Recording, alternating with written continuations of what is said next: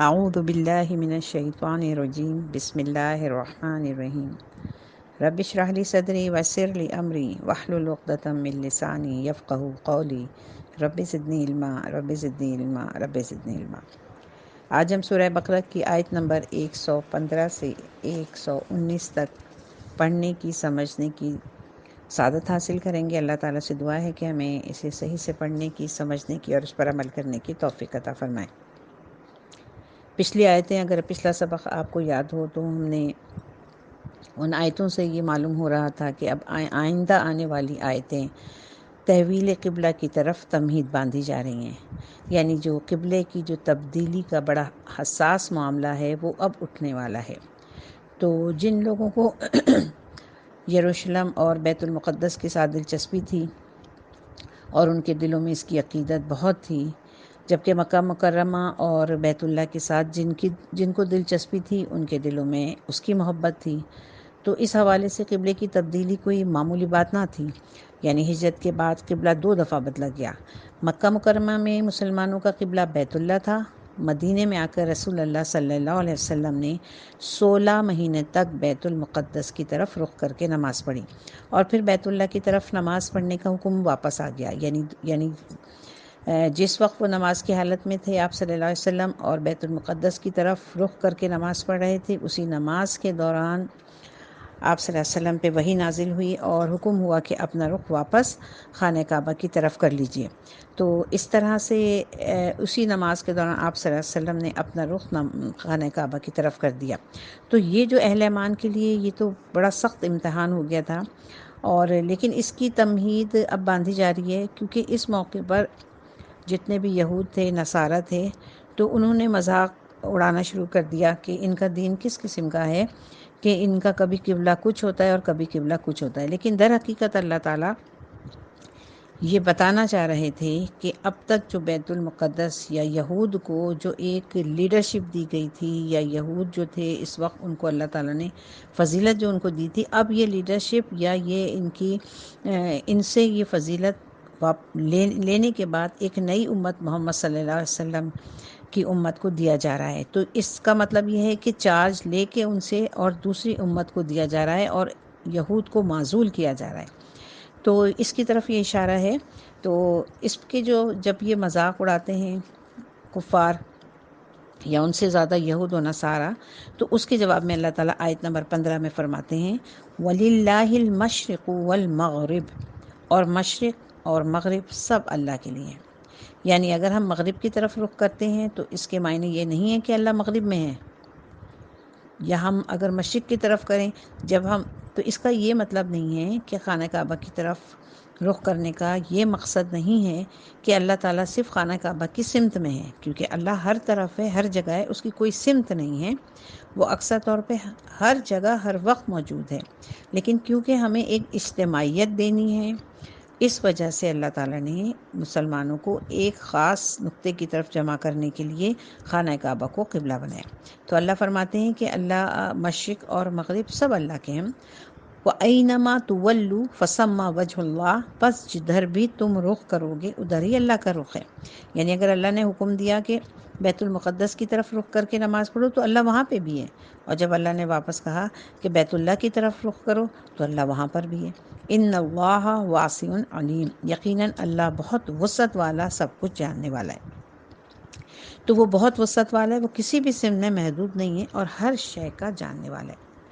آگے دیکھیں آیت نمبر 116 وَقَالُوا اتَّخَذَ اللَّهُ وَلَدًا، وقالو، اور وہ بھی ہیں، ایسے لوگ بھی ہیں ان لوگوں میں وہ جو یہ کہہ رہے ہیں قالوا اتخذ اللہ، کہ اللہ نے بنا لیا ہے ولدن، کہ اللہ نے کسی کو اپنا بیٹا بنا لیا ہے۔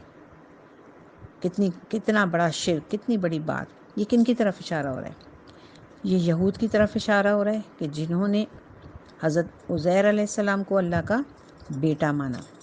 یہ نصارہ یا عیسائیوں کی طرف اشارہ ہو رہا ہے جنہوں نے حضرت عیسیٰ علیہ السلام کو بیٹا مانا، اور یہ کفار کی طرف بھی، مشرکین کی طرف بھی اشارہ ہو رہا ہے جنہوں نے فرشتوں کو اللہ کی بیٹیاں کہا۔ ان تینوں بڑے گروہوں کو اللہ تعالیٰ نے اس وقت کہا کہ یہ بات کہتے ہیں کہ اللہ نے اپنے لیے بیٹا بنایا، کسی کو بیٹا بنایا۔ سبحانہ، سبحانہ کا مطلب ہے پاک ہے. ہو یہاں دیکھیے ہو کی ضمیر ہے، یہ ہو کی ضمیر بچے ولد کی طرف جا رہی ہے، یعنی جو یہ بات کہہ رہے ہیں کہ اللہ نے بیٹا بنا لیا ہے تو اللہ تعالیٰ ان تمام باتوں سے پاک ہے. دیکھیے بیٹا کی اولاد کی ضرورت کیوں پیش آتی ہے؟ اولاد کی ضرورت اس لیے پیش آتی ہے کہ ہر کسی بھی انسان کو اولاد کی ضرورت اس لیے پیش آتی ہے، وہ یہ سوچتا ہے کہ جب میں بوڑھا ہونے لگوں گا تو یہ بچہ میرے لیے مددگار ہوگا، میرا بازو بنے گا. ابھی میں طاقتور ہوں، کما رہا ہوں، کھا رہا ہوں، جیسے جیسے میں کمزور پڑتا جاؤں گا تو میری جگہ پہ میرا بیٹا کھڑا ہو جائے گا، اور پھر میں اس کو، وہ پھر میری مدد کرے گا. یعنی ابھی میں جوانی میں اس کو کھلا رہا ہوں اور بڑھاپے میں وہ مجھے کھلائے گا. گویا کہ باپ اور بیٹا دونوں ایک دوسرے کے محتاج ہیں. تو یہاں کتنی بڑی غلط فہمی کہ اللہ تعالیٰ تو کسی کا محتاج ہی نہیں ہے، اللہ کو تو کسی چیز کی حاجت ہی نہیں ہے. اسی وجہ سے اللہ نے فرمایا کہ کتنی لغو بات کہتے ہیں، کتنی غلط بات یہ کہہ رہے ہیں کہ اللہ نے بیٹا بنایا ہوا ہے، جبکہ اللہ کو تو ان تمام چیزوں کسی چیز کی ضرورت نہیں ہے. اللہ ان تمام باتوں سے پاک ہے. بلکہ لہو ما فی السماوات والارض، بلکہ جو کچھ بھی آسمانوں اور زمینوں میں ہے اسی کی ملکیت ہے. یعنی سب مخلوق، مملوک، خالق، سب کچھ اللہ کے سامنے جو بھی کچھ ہے دنیا میں، کائنات میں، وہ سب اللہ ہی کی تو ہے. کل لہو قانتون، سب کے سب اسی کے متی و فرما بردار ہیں. بڑے سے بڑا رسول ہو، یہ بڑے سے بڑا ولی ہو، یا بڑے سے بڑا فرشتہ ہو، یا بڑے سے بڑا اجرام سماوی ہو. یعنی اجرام سماوی سے مراد یہ کہ سماوات میں، یہ خلا میں جتنی بھی چیزیں ہیں وہ سب اسی کے حکم کے پابند ہیں. آیت نمبر 117، بدیع السماوات والارض، وہ نیا پیدا کرنے والا ہے آسمانوں اور زمین کا. نیا پیدا کرنے کا والے کا کیا مطلب ہے؟ اس کو کسی چیز کے پیدا کرنے کے لیے کسی چیز کی ضرورت نہیں پڑتی، وہ بغیر کسی شے کے اور آسمان اور زمین کو پیدا کرنے والا ہے. دیکھیں مخلوق اور خالق کی میں بڑا مین فرق ہے. ہم مخلوق ہیں، اگر ہمیں کوئی چیز بنانی ہوگی تو ہمیں اس کو بنانے کے لیے اس کے اجزاء کی ضرورت پڑے گی. مثال کے طور پر میں ایک شربت کا گلاس بھی بنانا چاہوں گی تو مجھے کیا چاہیے ہوگا؟ مجھے پانی چاہیے ہوگا، مجھے شربت چاہیے ہوگا، مجھے شکر چاہیے ہوگی. یا کوئی بھی بڑا موجد ہے جس نے جہاز بنایا، کسی نے بم بنایا، کسی نے کوئی بھی چیز بڑی بڑی سائنسی ایجادات کی، وہ ضروری طور پر کسی نہ کسی چیز کے محتاج تھے کہ جب وہ اسباب ان کے سامنے ہوں گے چیزوں کی تبھی وہ بنائیں گے. لیکن خالق کی خوبی یہ ہے، مخلوق سے خالق افضلیت دیکھیے، آپ کی الگ پنا دیکھیے کہ یعنی خالق ہونا دیکھیے اس کا، کہ اس کو کسی چیز کی حاجت نہیں ہوتی، اس کے پاس کچھ بھی نہیں ہوگا تب بھی وہ زمین اور آسمان ہر چیز بنا سکتا ہے اور بناتا ہے.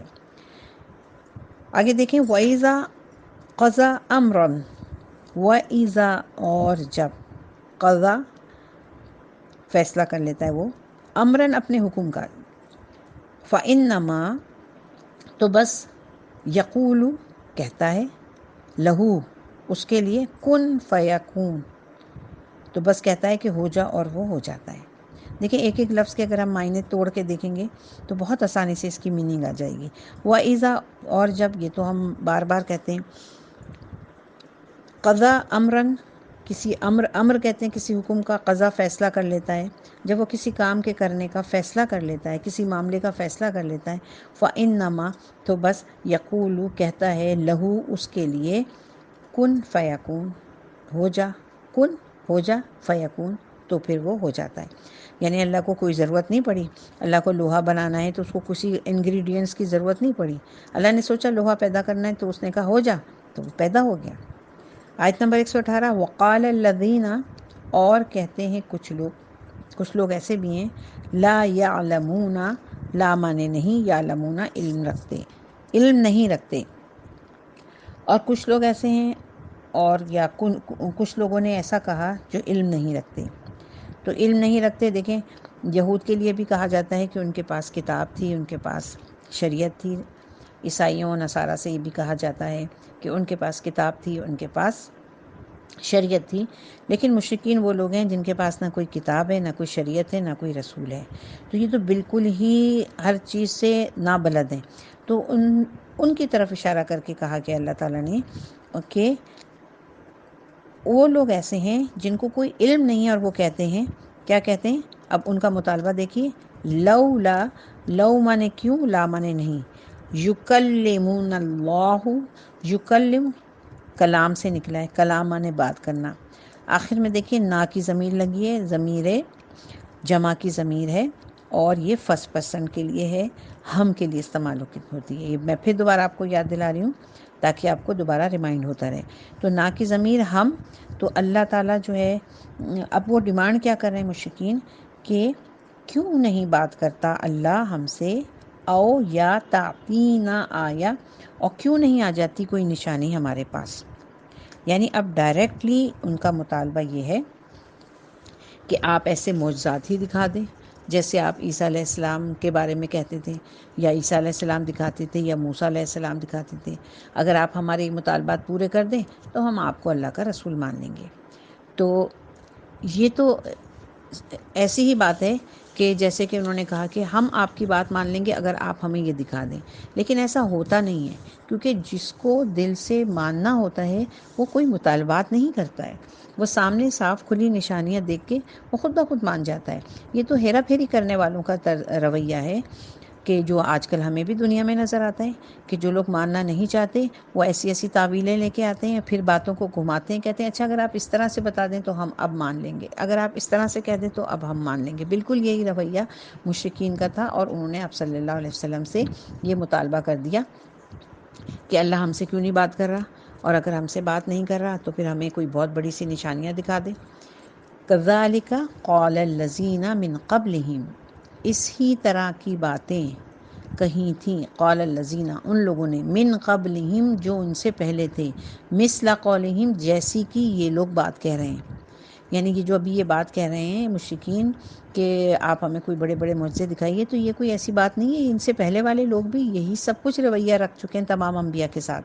تشابہت قلوبہم، ان کے دل ایک دوسرے سے مشابہ ہو گئے۔ آپ دیکھیں موسیٰ علیہ السلام سے کیا کہا تھا انہوں نے، ان کے حواریوں نے کیا مطالبہ کیا تھا، کہا تھا ہم اللہ کو دیکھیں گے تبھی مانیں گے۔ حضرت موسیٰ نے کہا چلیے ہمارے ساتھ، اور لے جا کے کوہ طور پہ کھڑا کیا۔ جب اللہ کا جلوہ دیکھا انہوں نے، تجلی دیکھی، تو سب کے سب مر گئے۔ پھر دوبارہ اللہ نے ان کو زندہ کیا۔ تو اب تو ان کو یقینی طور پر ایمان لے آنا چاہیے تھا، لیکن کچھ عرصے بعد وہ دوبارہ منکر ہو گئے، دوبارہ اللہ سے، اب تو دیکھ بھی چکے، تم پہنچ بھی گئے وہاں تک۔ تو اللہ تعالیٰ کہتا ہے کہ یہ لوگ جو ہیں وہی باتیں کہہ رہے ہیں جو اب سے پہلے کی نبیوں کی جو قومیں تھیں وہ کہتی چلی آئی ہیں، اور ان کے دل بھی انہی کے جیسے مشابہ ہو گئے ہیں، یعنی ایک دم پتھر سخت ہو گئے ہیں۔ یہ تو صرف زبانی ایسی باتیں کر رہے ہیں کہ ہم ایمان لے آئیں گے۔ قد بینا الآیات، ہم تو اپنی آیات واضح کر چکے۔ بینا مانے واضح، کھلی ہوئی، نہ ہماری کی ضمیر، یعنی ہم نے کر دی آیات نشانیاں، لقوم یوقنون، ان لوگوں کے لیے جو یقین کرنا چاہیں۔ کتنا صاف اللہ نے کہہ دیا کہ دیکھو جو یقین کرنا چاہتے ہیں، ہماری نشانیاں واضح ہیں، سامنے کھلی ہوئی ہیں، تو جو یقین کرنا چاہتا ہے یہ انہی لوگوں کے لیے، جو یقین ہی نہیں کرنا چاہتا ان کے لیے برابر ہے کہ وہ ان آیتوں کو پڑھیں یا نہ پڑھیں۔ آیت نمبر 119، انا، بے شک ہم نے، اب دیکھیں انا یہ تھا اننا، اننا اصل میں لفظ تھا، اس کو ملا کے بنا انا، بے شک ہم نے، ارسلناکا، ارسل بھیجا۔ اب اس ارسلناکا کو اگر آپ اور سے دیکھیں تو آپ کو اس میں دو ضمیریں متصل نظر آئیں گی، ایک نون جس پہ کھڑی زبر ہے نا یعنی ہم، ایک کاف یعنی آپ، ہم نے آپ کو، تو اس کا کیا مطلب ہوا، نا اور کاف مل کے آئی ہیں تو اس کا مطلب ہوا ہے ہم نے آپ کو، دو ضمیریں لگ گئیں۔ میں بار بار ضمیر کے بارے میں آپ سے اس لیے کہتی رہتی ہوں کہ ضمیریں جو ہیں اسی کے ذریعے سے ہمیں آسانی ہو جاتی ہے کسی جملے کے کو سمجھنے میں۔ ارسلنا کا، ہم نے بھیجا آپ کو، بالحق، حق کے ساتھ، بشیرا و نذیرا، یعنی حق کے ساتھ بھیجا، بشیر اور نذیر بنا کر، خوشخبری سنانے والا بنا کر اور ڈرانے والا بنا کر۔ وَلَا تُسْأَلُوا عَنْ أَصْحَابِ الْجَحِيمِ، اور آپ سے سوال نہیں کیا جائے گا جہنمیوں کے بارے میں۔ یعنی آپ بہت فکر مند رہتے تھے ان سب کے طرز تخاطب سے دیکھ دیکھ کے کہ یہ اس طرح کی باتیں کرتے ہیں یا یہ ایمان نہیں لا رہے ہیں، تو اللہ تعالیٰ فرماتے ہیں کہ آپ سے ان کے بارے میں کوئی سوال نہیں کیا جائے گا۔ آپ اپنی جان کو مشکل میں مت ڈالیے، آپ اپنی جان کو مشکل میں مت ڈالیے، اور جہنمی جو ہیں اللہ تعالیٰ ان سے خود نپٹ لے گا۔ تو اللہ تعالیٰ سے دعا ہے کہ ہمیں ان آیات کو صحیح سے سمجھنے کی، پڑھنے کی توفیق عطا فرمائے۔ صدق اللہ العظیم۔